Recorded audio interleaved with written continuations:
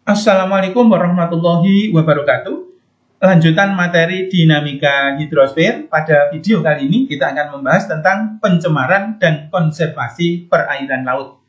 Kita awali dari pencemaran perairan laut adalah masuknya atau dimasukkannya organisme, zat, energi, dan atau komponen lain ke dalam laut oleh kegiatan manusia, sehingga kualitasnya turun dan tidak sesuai dengan baku mutu serta fungsinya.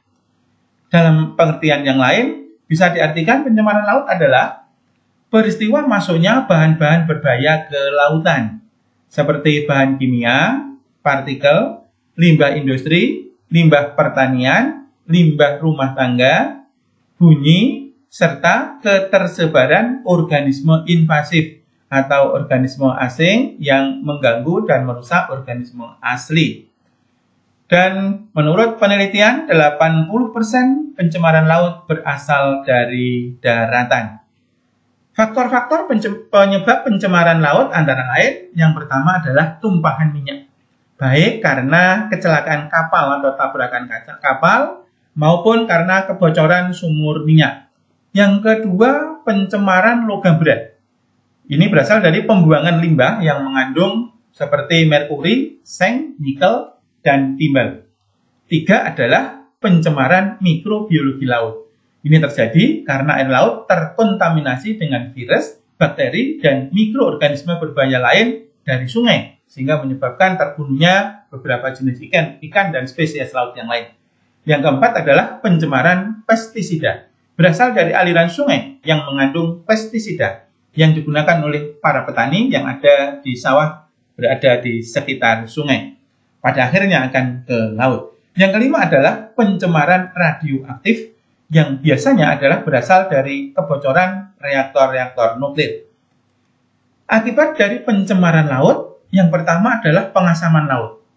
Hal ini terjadi karena kemampuan alamiah laut di dalam menyerap emisi karbon dari daratan itu sangat baik. Sehingga laut semakin lama akan semakin asam dan akan mengancam spesies laut. Yang kedua adalah kebisingan laut atau ocean noise. Hal ini berasal dari suara kapal-kapal laut yang setiap hari ada ribuan kapal. Hal ini terjadi karena laut itu lebih cepat merambatkan suara dibandingkan dengan udara. Dan ini mengganggu spesies laut tertentu seperti paus yang di dalam mencari mangsanya itu sangat bergantung atas pantulan suara yang dikeluarkan oleh para mangsanya tersebut. Yang ketiga adalah munculnya sampah laut atau garbage feed. Hal itu terjadi karena arus laut, sehingga sampah yang asalnya dari berbagai tempat ketika sampai di laut, kemudian terbawa oleh arus laut dan mengumpul di suatu wilayah menjadi pulau sampah. Dan bagaimana upaya untuk memulihkan laut yang tercemar tersebut? Yang pertama adalah perlu kesepakatan seluruh dunia. Maka pemerintah Indonesia mengeluarkan satu penyusunan regulasi untuk mengurangi sampah, seperti PP nomor 83 tahun 2018 tentang penanganan sampah. Yang kedua adalah penyusunan regulasi tentang pencegahan sampah laut, seperti melarang pembuangan sampah di laut ataupun di sungai, menjaga kebersihan laut, pentingnya pendidikan konservasi laut. Yang ketiga, ini yang penting, membatasi penggunaan plastik dan bahan berbahaya yang sulit terurai. Dan yang keempat, menerapkan perilaku reuse, dan recycle dengan memanfaatkan barang-barang bekas untuk hal-hal yang bermanfaat. Oleh karena itu, perlu kebijakan untuk konservasi perairan laut. Sekarang kita lanjutkan konservasi perairan laut. Adalah upaya untuk melindungi, melestarikan, dan memanfaatkan sumber daya laut agar dapat berkesinambungan bagi habitatnya untuk generasi sekarang dan masa yang akan datang. Tujuan dari konservasi laut adalah melindungi dan mengelola ekosistem atau organisme laut untuk generasi sekarang dan yang akan datang. 2. Menjadikan sumber daya laut sebagai sumber kehidupan dan kesejahteraan. Menyelamatkan lokasi bersejarah, berbudaya, serta nilai estetika lautan. Yang keempat, sebagai tempat penelitian, pendidikan, dan pariwisata.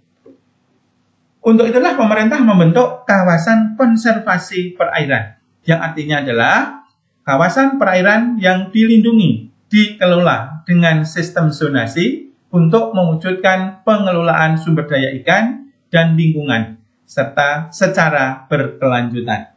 Ini menurut PP nomor 60 tahun 2007. Apakah manfaat kawasan konservasi perairan? Yang pertama adalah pelestarian dan perlindungan perikanan. Yang kedua, pelestarian dan perlindungan habitat ikan, termasuk terumbu karang dan padang lamun.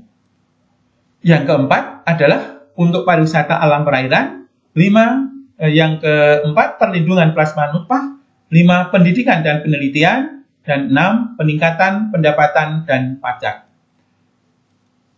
Pemerintah telah menetapkan beberapa kawasan untuk konservasi perairan, dan ada 2 kelompok yang diinisiasi oleh Kemenhub, ada 32, dan yang diinisiasi oleh Pemda dan Kemenkp itu ada 99.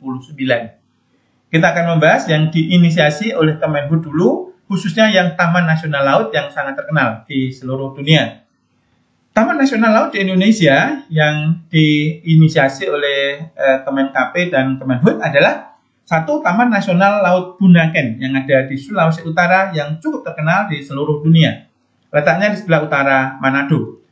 Yang kedua adalah Taman Nasional Kepulauan Tokean yang secara topografi pulau-pulau kecil sangat indah dan sangat menakjubkan. Yang ketiga yang tidak kalah terkenal dengan Taman Nasional Bunaken adalah Taman Nasional Laut Wakatobi di Sulawesi Tenggara.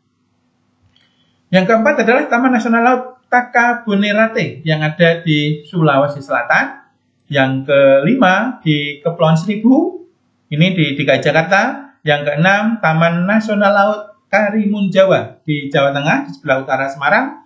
Dan yang ketujuh adalah di Teluk Cendrawasih. Ini adalah merupakan habitat bagi paus total ya, paus biru. Selanjutnya adalah KKP yang diinisiasi oleh Pemda bekerjasama dengan Kemenkp.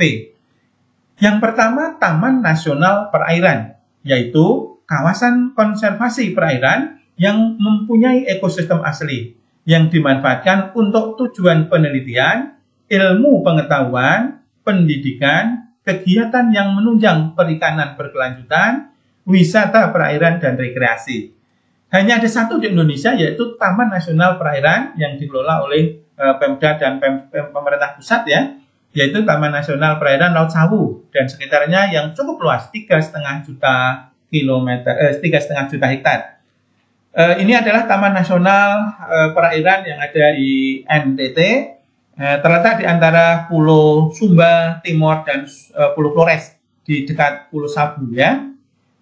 Merupakan tempat yang sangat spektakuler dengan keindahan alamnya, mengundang daya tarik wisata dan mendukung untuk pariwisata segitiga, Labuan Bajo dan Taman Nasional Komodo. Yang kedua adalah Suaka Alam Perairan, adalah merupakan kawasan konservasi perairan dengan ciri khas tertentu untuk tujuan perlindungan keragaman jenis ikan dan ekosistemnya.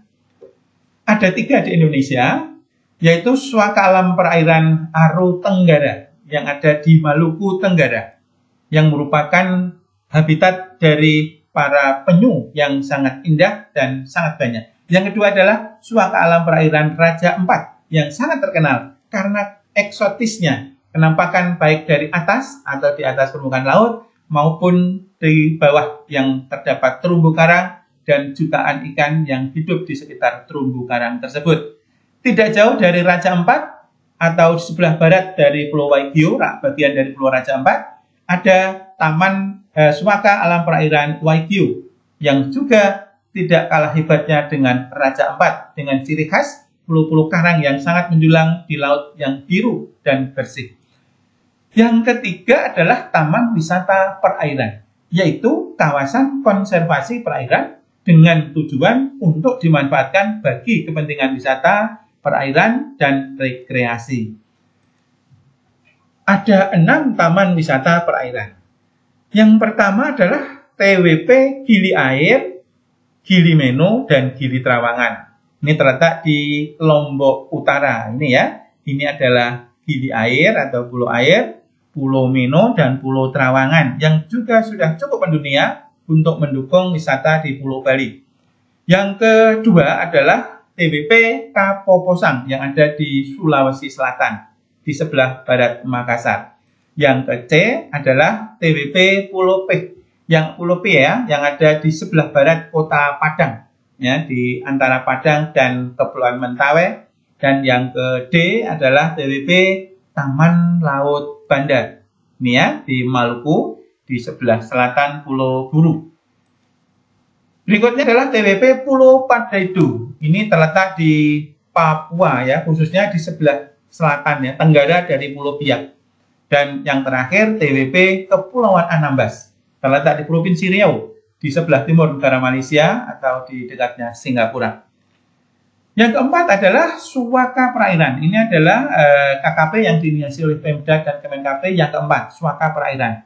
Yaitu kawasan perairan tertentu, baik air tawar, payau maupun laut, dengan kondisi dan ciri tertentu sebagai tempat berlindung atau berkembang biak jenis sumber daya ikan tertentu yang berfungsi sebagai daerah perlindungan. Ada 6 suaka perairan di Indonesia: Pulau Penyu, Sumatera Barat; Terumbu Karang Senayang Lingga di Riau; Pulau Biawak di Jawa Barat; Gili Sulat dan Gili Lawang di NTB; Gili Banta, Bima NTB; dan di Selat Pantar di NTB. Demikian materi tentang pencemaran dan konservasi laut. Mohon maaf segala kekurangan. Terima kasih atas perhatiannya. Wassalamualaikum warahmatullahi wabarakatuh.